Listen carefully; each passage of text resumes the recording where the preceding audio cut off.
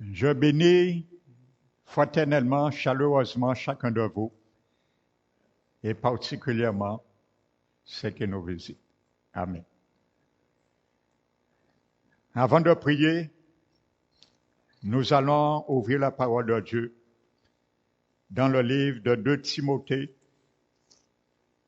et le chapitre 1. Amen.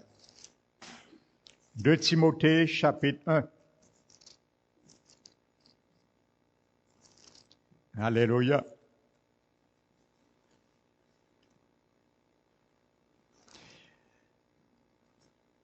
La parole nous dit, l'apôtre Paul qui parle à Timothée, à son intention. Je rends grâce à Dieu que mes ancêtres ont servi et que je sers avec une conscience pure. De ce que nuit et jour, je me souviens continuellement de toi, en parlant de Timothée, dans mes prières. Alléluia.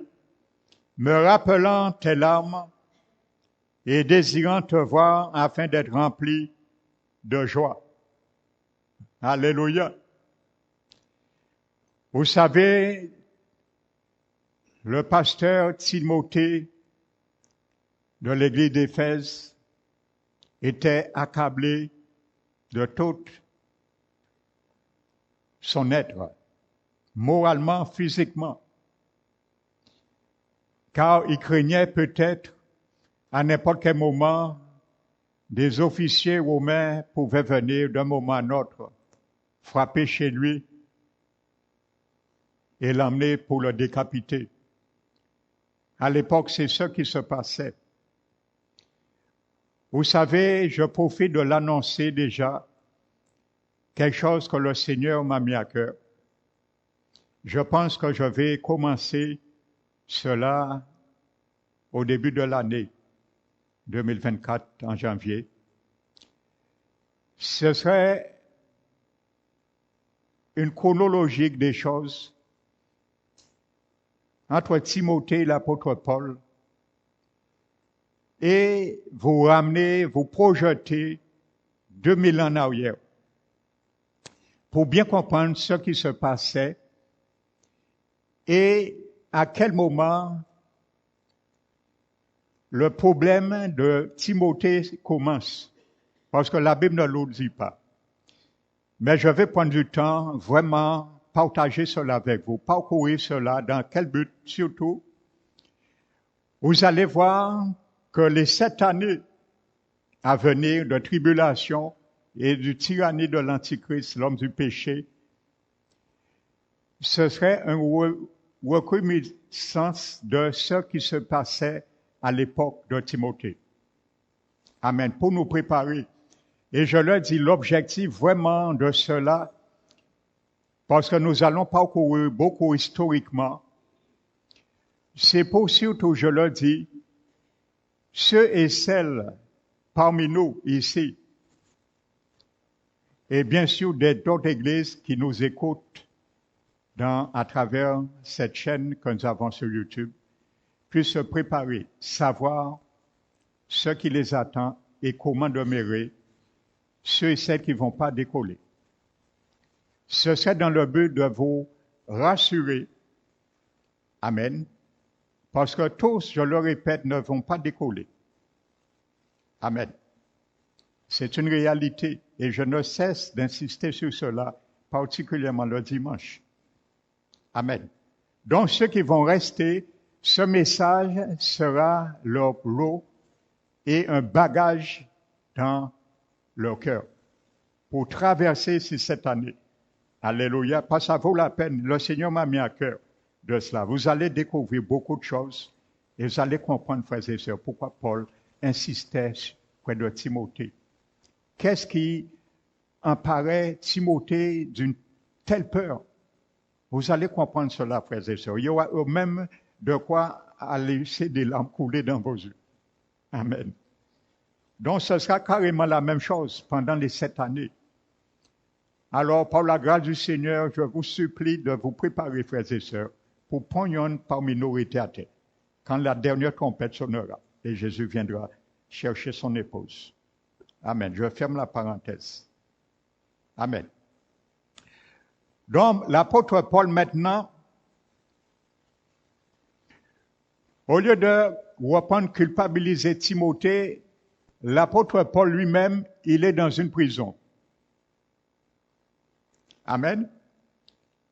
Donc, un prisonnier parle à un prisonnier. Parce que Timothée était prisonnier, et spirituellement aussi. Il n'était pas dans une prison littérale, mais son âme était dans une prison. Il ne savait pas quoi faire. Il était sur le point de déserter. N'oubliez pas, vendredi, je vous ai expliqué le mot grec qui est traduit par saisi. Paul lui dit, saisis la vie éternelle. Parce que Paul même avait peur que Timothée perde sa vie éternelle en reniant le Seigneur Jésus. Amen. Il dit, saisis la vie éternelle. Et je vous explique ce mot grec veut dire, c'est pas saisir comme à la légère, mais comme la force et d'un guerrier qui saisit quelque chose avec vraiment. Donc Paul, maintenant, je m'entretiens sur un mot seulement avec vous avant de prier. L'apôtre Paul emploie un terme, frères et sœurs, je me souviens. Et vous savez, ce terme est extrêmement important. Je vais le décortiquer avec vous. Le mot que Paul emploie, souvient, c'est la même racine grecque qui est utilisée dans les mots suivants. On employait ce mot, il a comme racine les mots suivants. Ce mot grec. Ça veut dire tombe, tombeau, sépulcre. Amen. Il veut dire statue, monument et mémorial. 6 termes, ce mot que Paul emploie. Amen. Donc vous allez dire, mais quel rapport entre se souvenir de quelque chose et une tombe, un tombeau ou un sépulcre? Amen. Nous allons essayer de rentrer dans la pensée de l'apôtre Paul à travers ce mot grec. Amen.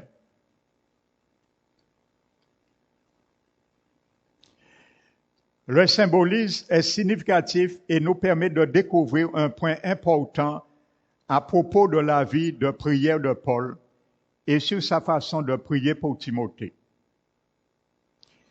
Tout d'abord, le mot souvenir fait référence à une tombe, sépulcre ou un tombeau.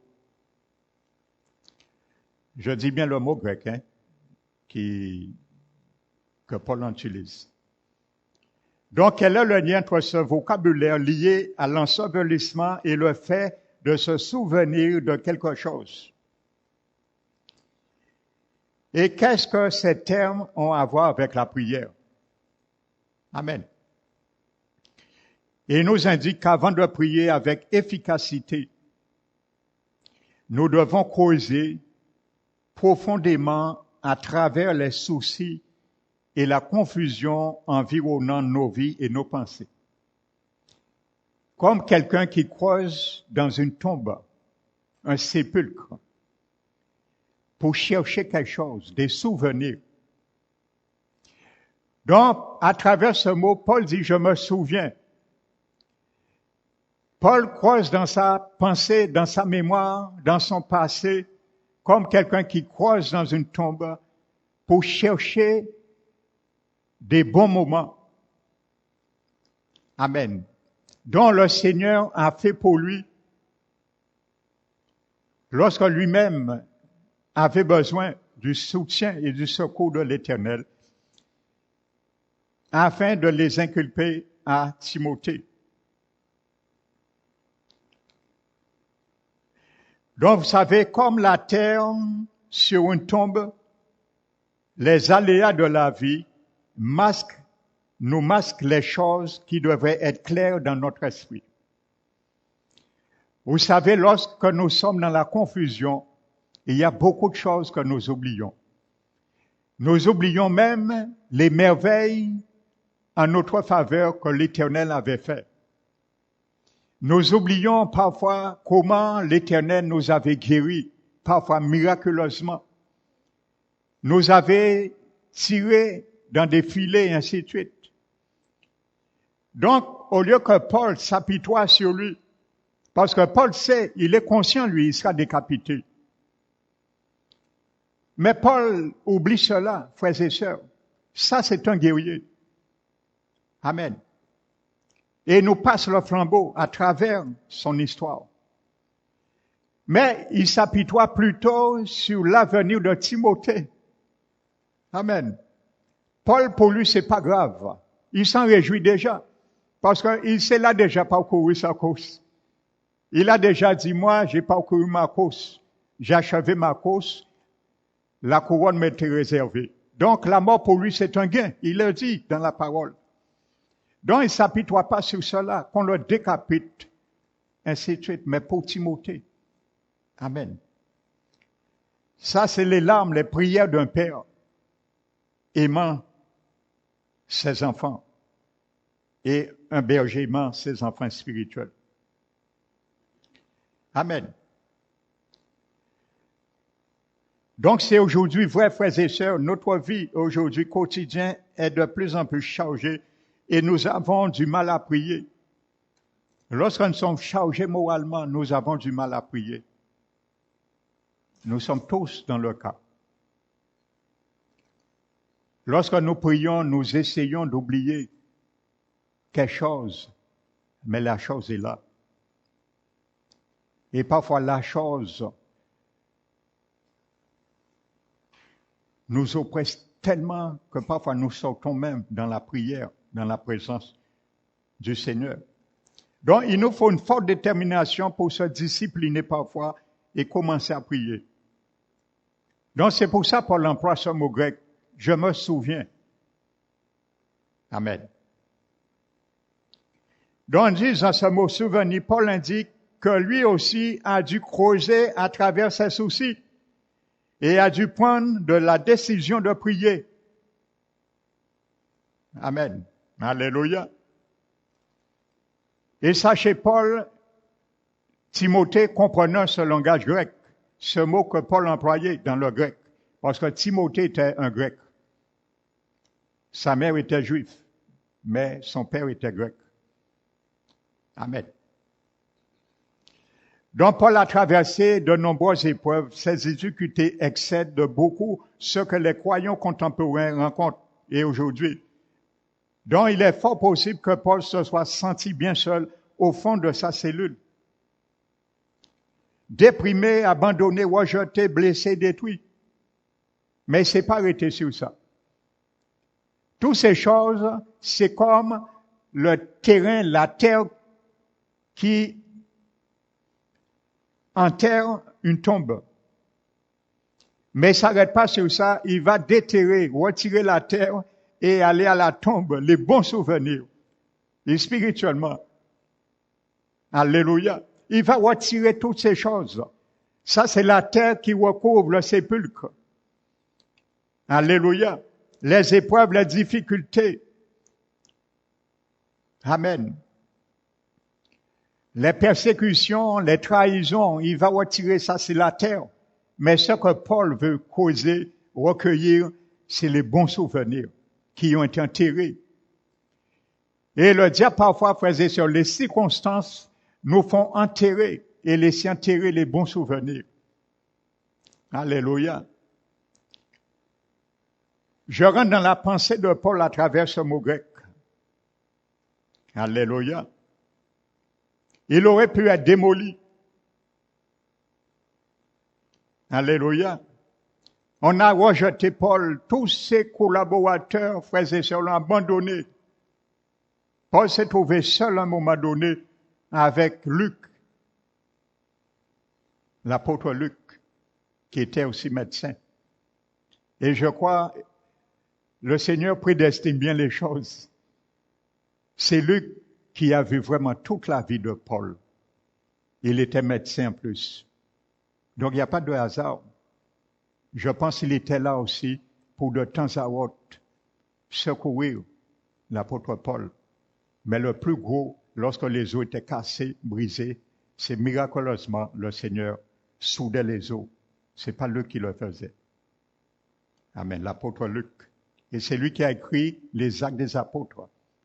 C'est l'apôtre Luc qui a écrit tous les actes des apôtres. Si vous ne le savez pas, c'est l'apôtre Luc qui a écrit les actes des apôtres. Amen. Alléluia. Donc, plutôt de se laisser submerger, il prit la décision de se souvenir. Bon, première partie, c'est ça que ça veut dire, les 3 premiers mots de ce mot grec. Souvenir. Tombe, tombeau, sépulcre. Amen. Et il a dû mettre ses problèmes de côté pour libérer la puissance de la prière. Alléluia. Pour libérer la puissance de la prière, il faut mettre nos problèmes de côté, parce que Jésus s'en occupe. Alléluia. Je vais expliquer ça dimanche dans la prédication. Ça fera partie de l'objet de la prédication. Amen. Donc, la racine grecque de souvenir est la même que celle tombe, tombeau, sépulcre. Maintenant, nous arrivons à présent au lien entre ce vocable et la Bible et la prière. Donc, il a dû mettre ses problèmes de côté pour libérer la puissance de la prière. Et ainsi de suite. Il a préféré se souvenir de toutes les bonnes choses que Dieu avait faites pour lui. Et c'est ça qui va nous booster, frères et sœurs. Amen. Nous aimons trop parfois donner allégance à l'ennemi lorsque nous souffrons. Alléluia. Je vais vous apporter un jour un message sur le livre de Timothée. Qu'est-ce qui se passait à l'époque? Il y avait un grand complexe sportif. Et il y avait 3 sports de combat en grec qui existaient. Amen. Et Paul emploie un terme grec à Timothée encore. Et ce terme grec s'utilise uniquement dans le sport de combat. Rien pour d'autre. Donc Paul savait, lorsqu'il nous parle, il parle bien à des guerriers et à des combattants. Amen. Mais vous allez voir, à travers, il y avait la 3e discipline qui était vraiment la plus cruelle, c'était la boxe. Et il arrivait parfois que l'adversaire frappait son concurrent très fort, il lui cassait 3 dents. Amen. Ça, c'est un récit d'un historien juif rapporte dans les annales. Amen. Et pour ne pas montrer, parce que les gens qui s'engageaient dans ce complexe, c'était des gens, ils savaient 2 choses. Que s'ils ne gagnaient pas, que leur vie était mise en cause. Soit tu mourais ou soit tu gagnais. C'était l'enjeu, frères et sœurs.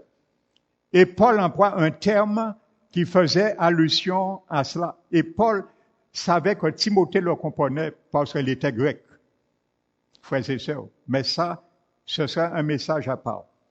Mais pour vous dire, pour ne pas laisser la faiblesse, ça veut dire je lutte avec un adversaire, il me frappe violemment, il me casse 3 dents. Pour ne pas montrer ma faiblesse et donner de l'avantage à mon adversaire, j'avalais les dents au lieu de les cracher. C'est ça qui existait à l'époque de Timothée et de Paul. Alléluia. Vous savez, nous lisons, mais nous ne comprenons pas. Vraiment, nous ne savons pas ce qui se passe. Mais dans les archives, lorsque nous cherchons, il y a beaucoup de lumière spirituelle à travers qui nous fortifie. Alléluia. Donc l'apôtre Paul, j'ajoute, ne voulait pas que Timothée crache les dents devant la peur de l'ennemi, devant le grand empereur antichrist qui existait à l'époque, il s'appelait Néron, de l'an 37 à 82. Néron, c'est lui qui existait à l'époque. Il tuait tous les chrétiens, si on n'y est pas Christ. Maintenant, nous passons maintenant à les trois autres termes. Alléluia. Les trois autres termes qui veut dire, frères et sœurs,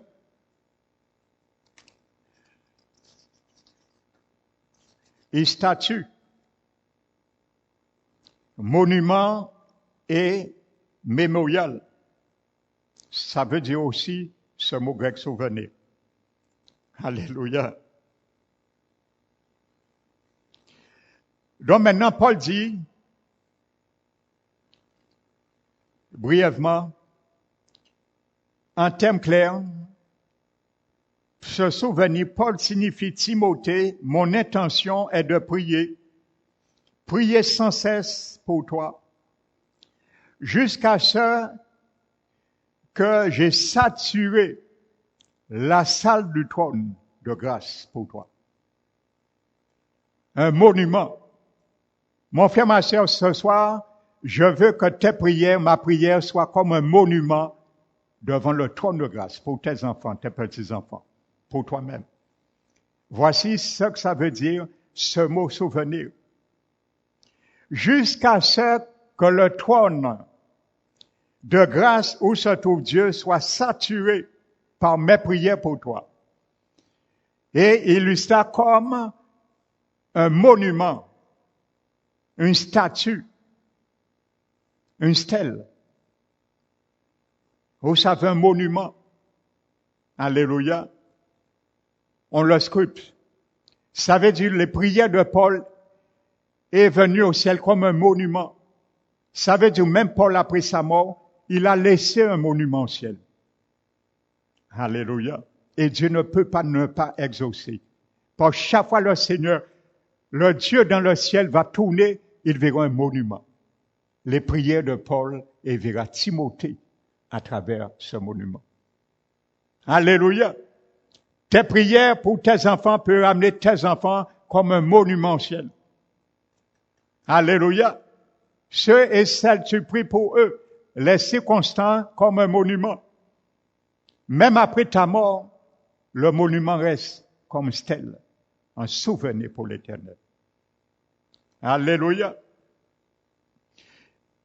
Donc Paul voulait dire, en quelque sorte, où que Dieu pose les yeux, je veux qu'il voie un mémorial devant de toi, vivant de toi, pardon.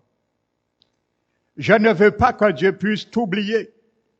Aussi, je remplis le ciel et mes prières pour toi se dressent comme des statues, des monuments, des mémoriaux qui s'élèvent en ta faveur. Mes prières pour toi se tiendront devant Dieu comme un monument éternel. Voici ce que ça veut dire, ce mot grec que Paul a utilisé. Amen.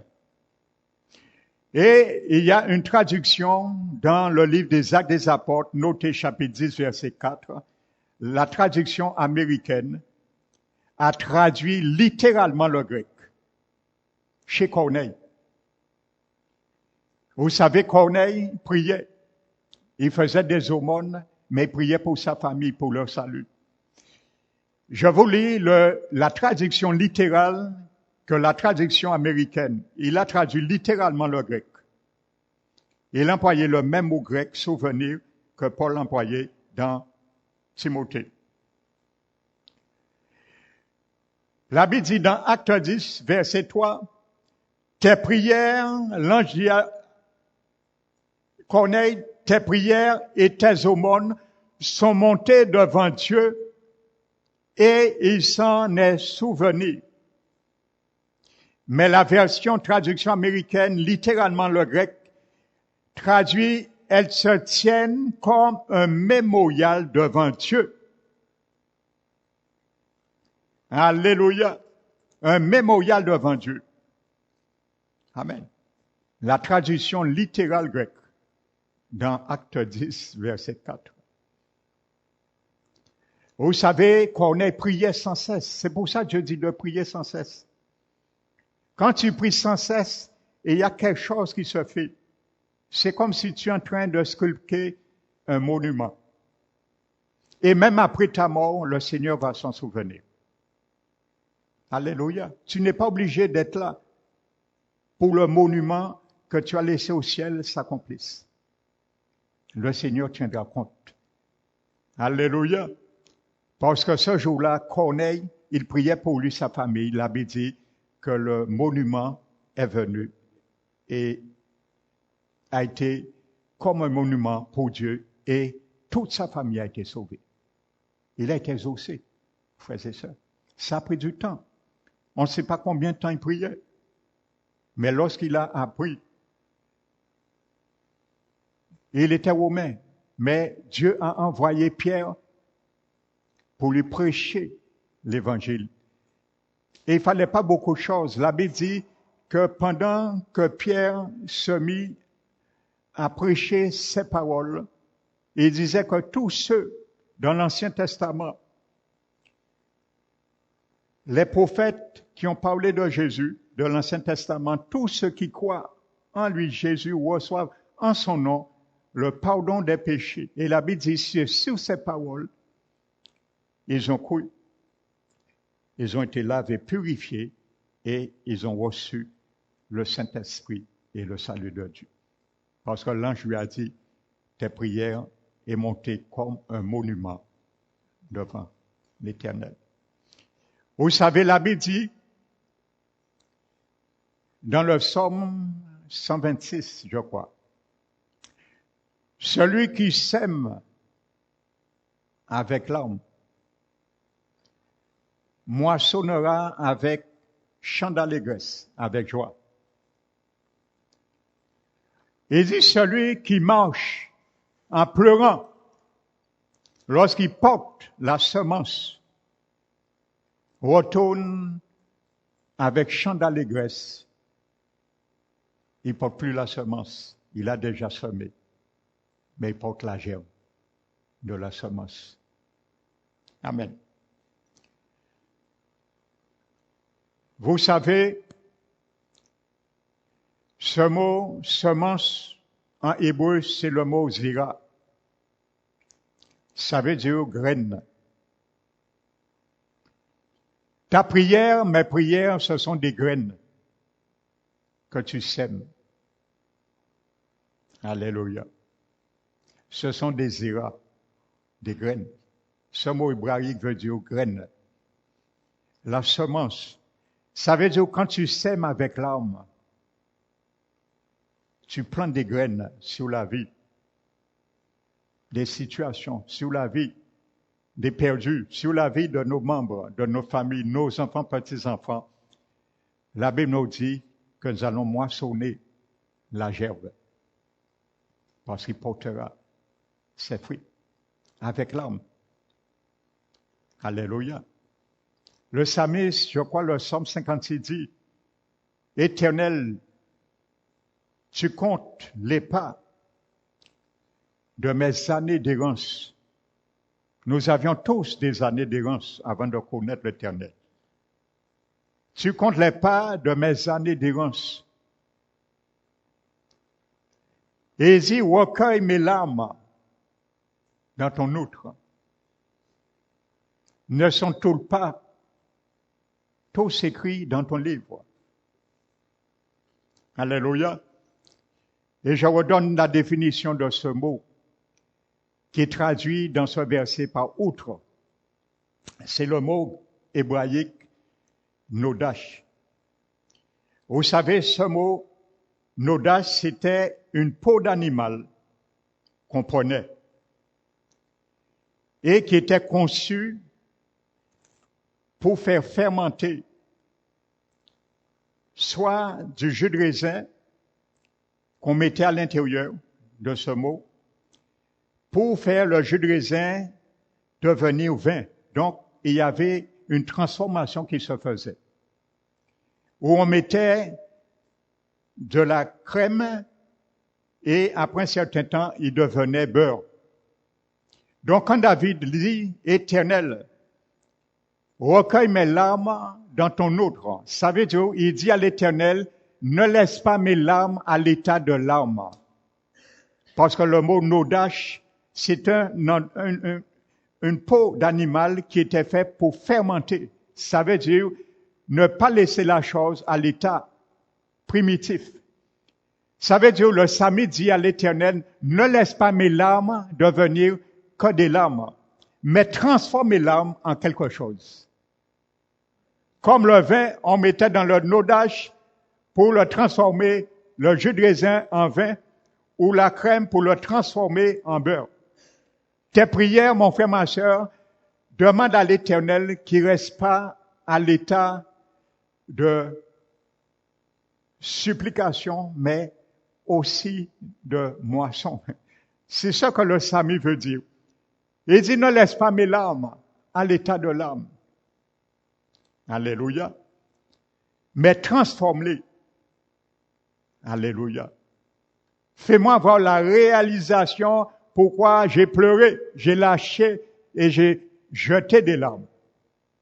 Alléluia. Parce que celui qui marche en pleurant, en portant la semence, retourne avec la gerbe dans l'allégresse. Parce qu'il y a une fermentation qui a été faite. Je conclue, nous allons prier. Vous savez, je vous dis, vos prières ne sont jamais vaines. Et vous savez, c'est dommage, je le dis, que le vendredi ici, toute l'Église n'est pas là. C'est dommage, ils ne savent pas ce qu'ils paient. Surtout dans la prière communautaire. C'est encore plus fort. Vous savez, nos prières laissent des traces. Un monument. Paul nous l'a expliqué. Même si nous partons demain, nos prières vont laisser des traces. Et il y avait un grand évangéliste américain qui s'appelait Irving Woodruff. Vous savez, j'ai lu la vie de cet homme. C'était un épître qu'on lit. La vie de cet homme, c'est un épître, frères et sœurs. Mais là, je vais m'arrêter. Vous savez, cet homme, il souffrait de calcul et il saignait partout. Il marchait, il saignait. Il avait à l'époque une veste qui était très longue. Il saignait et bien souvent, sa veste était tachée de sang. On lui disait, frère Smith, va te faire opérer. Et c'est un homme, il faut lire la biographie de cet homme. Cet homme, on mettait des malades sous son ombre. Et l'ombre de cet homme guérissait les malades, comme l'apôtre Pierre. Il a ramené 27 morts à la vie de son vivant, confirmé médicalement mort, frères et sœurs. Cet homme a dit, écoutez bien ce qu'il a dit. Il a dit de mon vivant. Vous savez, les décrets, nous avons déjà vu ce mot décret dans la Bible. Il a décrété de son vivant, il a dit de son vivant, je ne permettrai à aucun scalpin de toucher ma chair, mon corps. Vous savez, non seulement il ne s'est pas fait opérer, parce que le Seigneur, il a dit, le Seigneur m'utilise pour guérir des malades, il y a des dons de guérison, de miracles, ça fait, le Seigneur me guérira. Ça, c'était sa foi. Il a été guéri miraculeusement. Mais lorsque cet homme est mort, il est mort à l'hôtel. Il venait un jour prêcher à son église. Il est tombé, il est mort, il s'est éteint. Lorsqu'on est venu, les médecins ont venu pour analyser cet homme, qu'est-ce qui aurait pu permettre cet homme de mourir. Je crois qu'il est mort à 87 ans. Le docteur a dit, quel beau spécimen. Mais cet homme, on aurait dit, c'est un enfant qui commence à vivre. Tellement la santé de cet homme était incroyable. Ça étonnait les médecins, qui a fait qu'on a violé la loi de l'autopsie pour la première fois aux États-Unis. On a violé cette loi. On a refusé de faire l'autopsie sur cet homme. Parce qu'il avait décrété de son vivant, il ne permettra qu'un scalpin de toucher son corps. Dieu a honoré la foi de cet homme, même après sa mort. Et on n'a pas touché pour faire l'autopsie. Alléluia. Ça, c'est un monument. Voici ce que Paul explique. Tes prières, mes prières peuvent être un monument. Même après notre mort, le Seigneur va se souvenir. Alléluia. Amen. Donc, c'est un encouragement, frères et sœurs, ce témoignage. Alléluia. Le Seigneur a permis qu'une loi soit violée pour respecter le décret de la foi de cet homme, son serviteur. On ne l'a pas touché. On a dit, ça ne sert à rien de faire l'autopsie. Mais la main, la bouche de celui qui a parlé était dans la providence de l'Éternel. Il ne le savait pas. La main providentielle de Dieu parle et agit, frères et sœurs. Nous allons nous mettre debout, frères et sœurs. Nous allons prier à l'unisson. Alléluia. Prions avec foi, avec assurance. Père éternel, notre Dieu, nous élevons ce soir dans ce lieu le nom de Yahvé, Naka, l'Éternel qui frappe. Je prends autorité ce soir de tenir le marteau dans ma main, de tenir le feu dans ma main, car ta parole dit, tu es un marteau qui brise, qui frappe, et tu es un feu qui dévore. Alors nous élevons le nom de Yahvé, Naka, l'Éternel qui frappe, car ce soir, nous voulons frapper, et nous allons frapper au nom de l'Éternel, au nom de Jésus-Christ, notre Seigneur et notre grand guerrier. Nous te glorifions, Seigneur, à travers ta parole. Tu nous as illustré un homme, un centurion romain. Il ne te connaissait pas. Sa famille ne te connaissait pas. Mais il ne cessait de prier, de faire des aumônes. Et un jour, tu t'es présenté à lui à travers ton ange et tu l'as dit que aujourd'hui, ces prières ont été parvenues dans le ciel, dans le trône de grâce, comme un mémorial. Puis nous, ce soir, mon Dieu, chaque jour dans nos vies, que nos prières deviennent, Seigneur, ce mémorial, ce grand souvenir de nos paroles pour nos bien-aimés, pour nos enfants, pour nos petits-enfants, pour tous ceux et celles qui ne te connaissent pas encore, et tous ceux et celles qui t'ont connu, mais aujourd'hui, ils sont restés loin de toi, ou même abandonnés et lâchés ta main. Nous faisons monter, Seigneur, nos prières ce soir en leur faveur. Tu as dit dans ta parole que celui qui sème avec l'âme moissonneront avec chant d'allégresse. Nous prions ce soir, Père éternel, car ta parole nous dit, parmi ton peuple, il y a ceux qui ont été succombés à terre et nul ne pouvait les relever, sinon toi-même. Alors c'est pour cela, nous prions, Seigneur, à travers notre jeunesse, à travers, Seigneur, ceux et celles qui sont à terre, qui sont tombés et qui essaient de prendre des artifices pour les relever. Mais puisses-tu toi-même, Seigneur, les relever, car nous crions à toi. C'est lorsque ton peuple a crié tu es venu et tu les as redressés. Tu les as relevés. Père éternel, nous te demandons, ne permets pas à la drogue de relever nos bien-aimés, nos enfants, nos petits-enfants, nos jeunes. Ne permets pas, Seigneur, à l'alcool de les relever. Père éternel, ne permets pas aucune forme d'addiction de les relever, ni la violence, Seigneur, car beaucoup parmi les jeunes se résilient, s'adonnent à la violence pour se libérer, pour se dégager de l'injustice du gouvernement.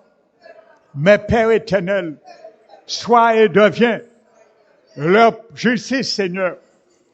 Enfin, c'est toi-même qui feras justice dans l'injustice qu'ils vivent parfois, Seigneur. Alors nous te le demandons.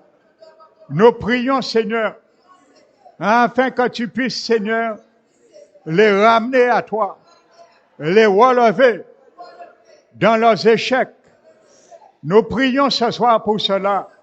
Merci, Seigneur, que ta main visible puisse y aller, les arracher. Où ils se trouvent, Seigneur. Il y a beaucoup, Seigneur, ils sont là. Mais tu as besoin de ceux et celles, particulièrement les parents, pour se tenir en brèche.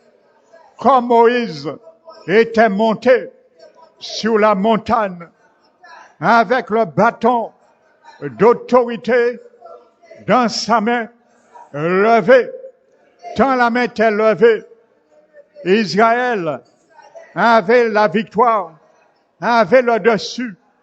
Mais lorsque ses mains s'abaissaient, Israël était un échec. Et l'ennemi, Amalek, avait le dessus.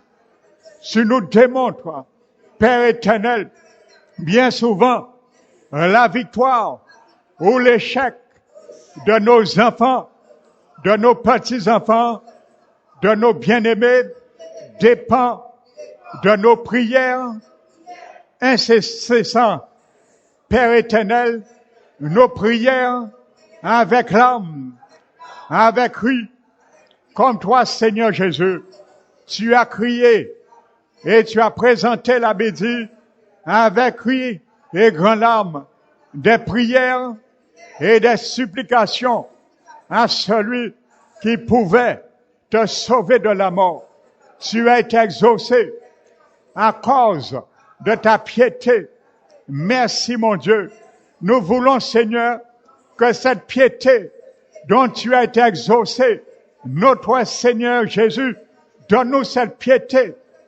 Donne-nous de la développer, car tu l'as mis en nous. Nous qui sommes tes enfants, nous qui doivent être tes imitateurs, donne-nous cette piété. Enfin, Seigneur, que nous ayons l'assurance devant ton trône que ce que nous te demandons, tu nous écoutes. Et si tu nous écoutes, comme dit ta parole, quoi que ce soit que nous demandons, nous le possédons.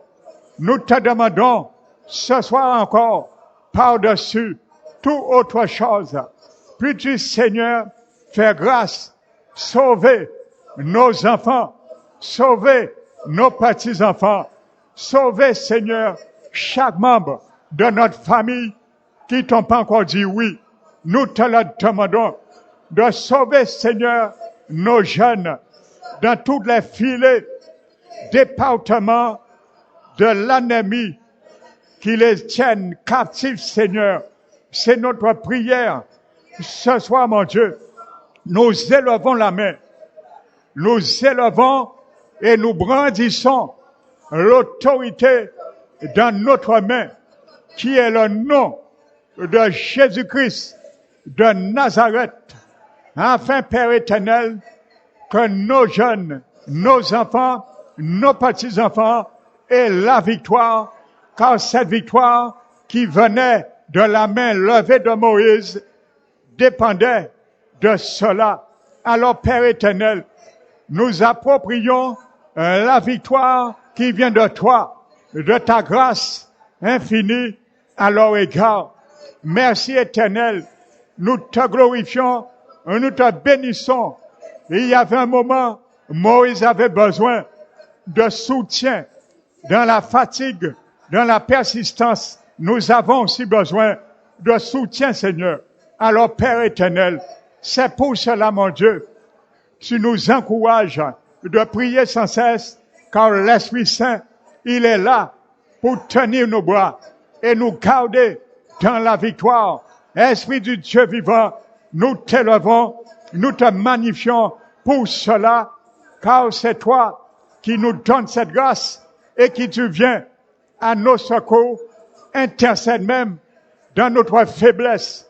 Lorsque nous nous arrêtons, lorsque nous lâchons prise et lorsque nous nous sentons abattus.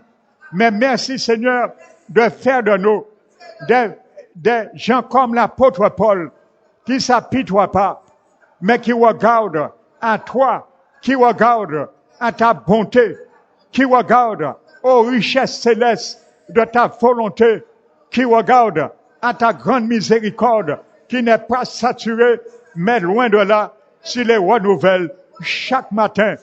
Puisses-tu, Seigneur, renouveler, Père éternel, cette bonté, cette miséricorde, à travers nos bien-aimés, ceux qui te connaissent pas encore, à travers nos enfants, à travers nos petits-enfants. Nous prions pour cela. Nous élevons, enfin, Père, que nous puissions frapper tous ceux qui les retiennent captifs dans ces dispersions, tous ceux qui les tiennent captifs loin de ta main, loin de ta voix. Alors, Père éternel, tu es un Dieu qui parle. Alors, parle, Seigneur, parle à leur cœur. Nous prions, Seigneur, que tu puisses parler à leur cœur. Recueille, Seigneur, nous avions tous été dans des voies que toi ne appréciais pas, ne tolérais pas. Nous avions des années d'errance, mais tu les as comptées. Mais un jour, tu nous as ramenés et tu as mis nos pieds, Père éternel, dans la bonne voie. C'est pour cela, nous te demandons la même chose pour nos bien-aimés, pour nos enfants, nos petits-enfants, que tu puisses, Seigneur, retirer leurs pieds également dans les séjours d'errance.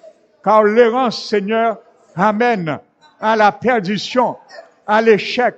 Mais toi, Seigneur, tu veux, Seigneur, comme tu as dit, l'apôtre Paul un jour, que tu l'envoies vers ce peuple pour lequel les païens, tu l'as établi, afin qu'ils voient, afin que Paul nous ouvre les yeux, qu'ils voient, qu'ils passent du royaume de Satan à Dieu, des ténèbres à la lumière, et qu'ils reçoivent en ton nom, par la foi, le pardon des péchés.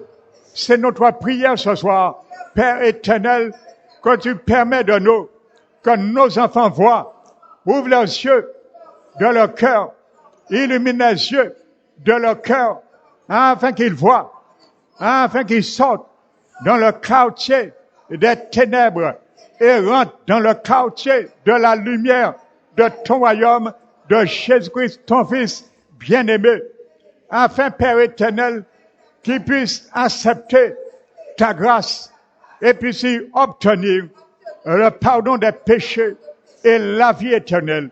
C'est notre prière également pour eux. Nous prions, Père éternel, dans ce sens, éternel, notre Dieu. Nous t'élevons et te glorifions. Tous ceux et celles, par le tenue coupable, ils se sont rendus malheureux et qui cheminent vers les portes de la mort. Puisse-tu les faire dévier, Seigneur, et les ramener vers la porte du ciel, vers la porte de la vérité, la porte de la vie éternelle, la porte du salut, la porte de vertu de Dieu, la porte de l'obéissance, Père éternel, car l'ennemi, aujourd'hui, il sait qu'il a très peu de temps. Alors c'est pour cela, nous prions, Seigneur, tu le sais mieux que nous. Aujourd'hui, la cible favorable du diable, c'est la jeunesse, les jeunes, les enfants. Alors, Père éternel, nous prions ce soir et nous refusons les griffes du diable sur la vie de nos jeunes, sur la vie de nos enfants, sur la vie de nos petits-enfants, et que la main étendue d'El Shaddai envoie le feu pour brûler les mains impures qui veulent les rattacher au monde, les rattacher à la seigneurie de ce monde. Mais nous prions ce soir que la main de l'Éternel, qui est puissant par celui qui bénit l'inférieur, puisse les arracher de ces choses et les ramener à toi. C'est notre prière éternelle. Ouvre leurs yeux, illumine les yeux de leur cœur, renouvelle leur entendement, fais-les comprendre, concevoir les choses de la vie. Ne s'arrête pas dans ce monde présent, mais les choses de la vie que tu veux, c'est être focalisé et affectionner les regards vers le ciel. Aide, Seigneur, à affectionner leur regard, leur projet, leur avenir vers le ciel, les choses du ciel, les choses sacrées qui ne partent et qui ne peuvent être détruites par la houille et la teigne, où les voleurs ne dérobent. Apprends-les, Seigneur, et amène-les dans ce boulevard. Nous prions, Seigneur, pour que toi amènes nos enfants, nos petits-enfants, nos jeunes dans ce boulevard. Le boulevard, Seigneur, qui amène à pénétrer ton ciel, les choses sacrées, Père éternel. Détourne-les, Père éternel, de toute impiété. Détourne-les de toute impiété par ta grâce, Seigneur. C'est notre prière. Nous prions, Seigneur, également pour tous les jeunes de nos bien-aimés dans l'église Parole qui restaure, ceux et celles qui sont pas là présentement pour prier. Mais nous prions également pour les parents de toutes les églises en Guadeloupe, afin, Seigneur, que ce soit aussi leur partage.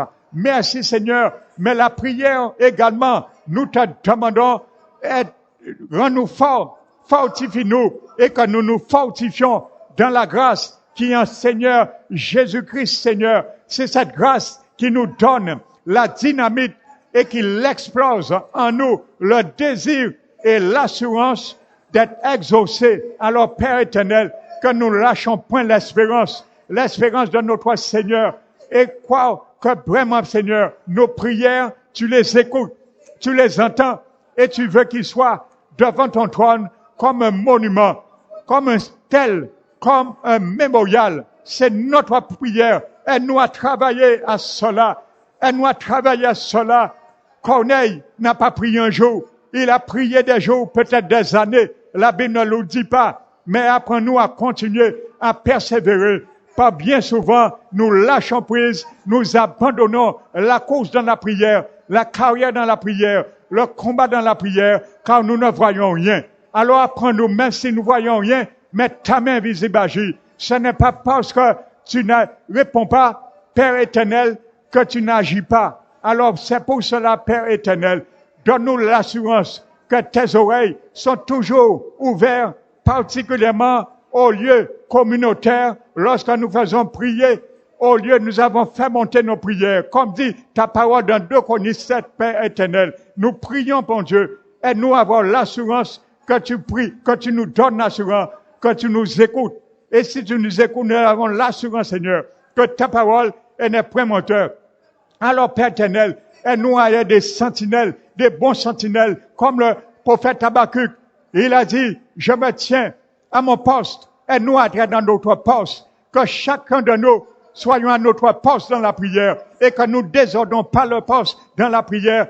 Il a dit, je me tiens sur une tour, afin de surveiller, et il a dit, surveiller, pour que l'Éternel vienne lui donner une parole. Apprends-nous, Seigneur, à entendre ta voix. Apprends-nous à entendre, recevoir une parole pour nos enfants. Père éternel, je m'attends à recevoir une parole pour la part de l'Éternel pour mes enfants, pour mes petits-enfants, pour mes bien-aimés qui ne sont pas encore sauvés. Père éternel, rends-nous attentifs à notre poste pour entendre la parole que tu nous donnes pour eux dans la prière, les révélations que tu nous donnes pour eux, pour la prière. Il est resté là, Père éternel, et l'Éternel est venu. Il est venu et il lui a donné une parole. Il a dit, écris la prophétie. Alors, Père éternel, donne-nous une espérance dans nos cœurs, dans notre esprit.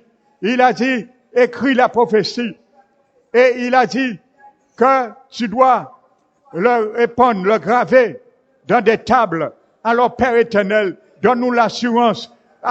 Grave l'assurance dans nos cœurs. L'assurance, Seigneur, de ta parole pour nos bien-aimés dans nos cœurs. Nous te la demandons afin que plusieurs le lisent. Afin que nos enfants, Père éternel, à travers la prière, pour avoir la faculté de lire, Seigneur, ce que tu veux pour eux, afin qu'ils puissent lire ce que tu désires pour eux, afin qu'ils puissent lire spirituellement, Seigneur, par la puissance de ton esprit, ce que tu as formé comme dessein de bonheur et de paix pour leur vie, leur avenir et leur devenir, Père. Et tu leur donnes de l'assurance, Père éternel. Nous te demandons, Père éternel, qu'ils puissent, Père éternel, lire cela. Nous les gravons dans le cœur, afin que toi, ta main puisse les graver, Seigneur. C'est ta main éternelle qui a gravé les 10 commandements sur les 2 tables de pierre. Cette main est encore vivante, elle est encore agissante. Que ta main éternelle, omniscient, omniprésent, omnipotent, puisse aller graver, Père éternel, dans le cœur, les semences de la vie éternelle. Nous te le demandons,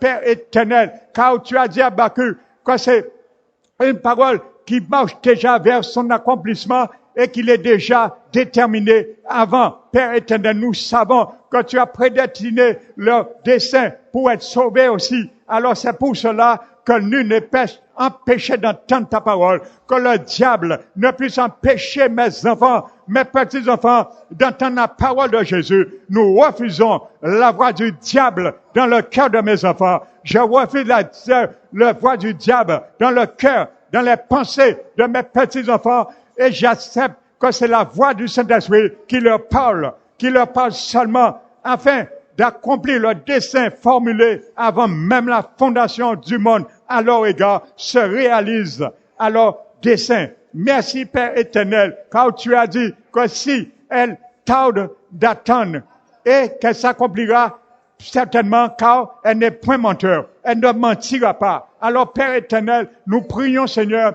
afin Père éternel, que le diable et toute autre situation dans la vie, circonstance, ne peut faire mentir tes promesses à l'égard de nos bien-aimés, à l'égard de nos parents, à l'égard de nos enfants, à l'égard de nos petits-enfants. Nous refusons la trahison du diable dans toutes sortes de manières à la promesse de Dieu, à l'égard de nos enfants, à l'égard de nos petits-enfants. Nous refusons le mensonge du diable qui veut les condamner. Nous refusons la condamnation du diable et nous acceptons le salut éternel de Jésus de Nazareth sur la vie de mes enfants, sur la vie de mes petits-enfants, sur la vie de chaque membre de ma famille, sur chaque membre pour lequel nous prions, Seigneur, car tu voudrais ce qui est bon, agréable à toi, que nous prions pour tous les hommes, car c'est ce que tu veux, qu'ils soient tous sauvés. Alors c'est notre prière pour tous ceux et celles qui doivent sauver dans notre famille encore. Ils ne le sont pas. Nous prions à leur égard.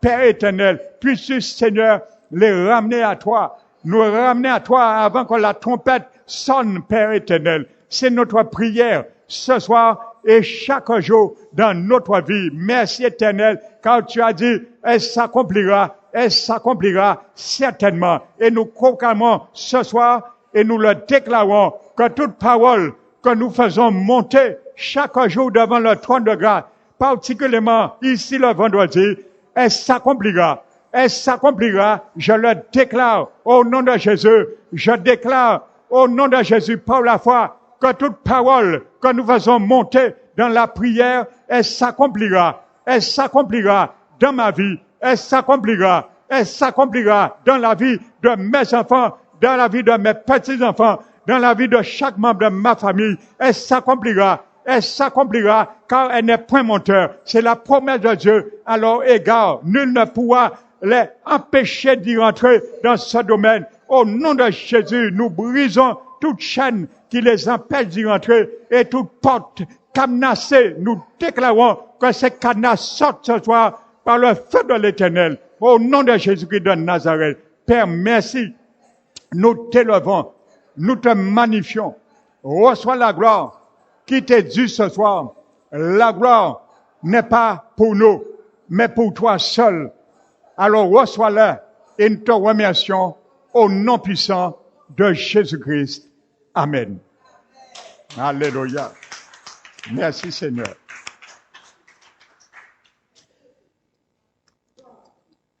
Nous allons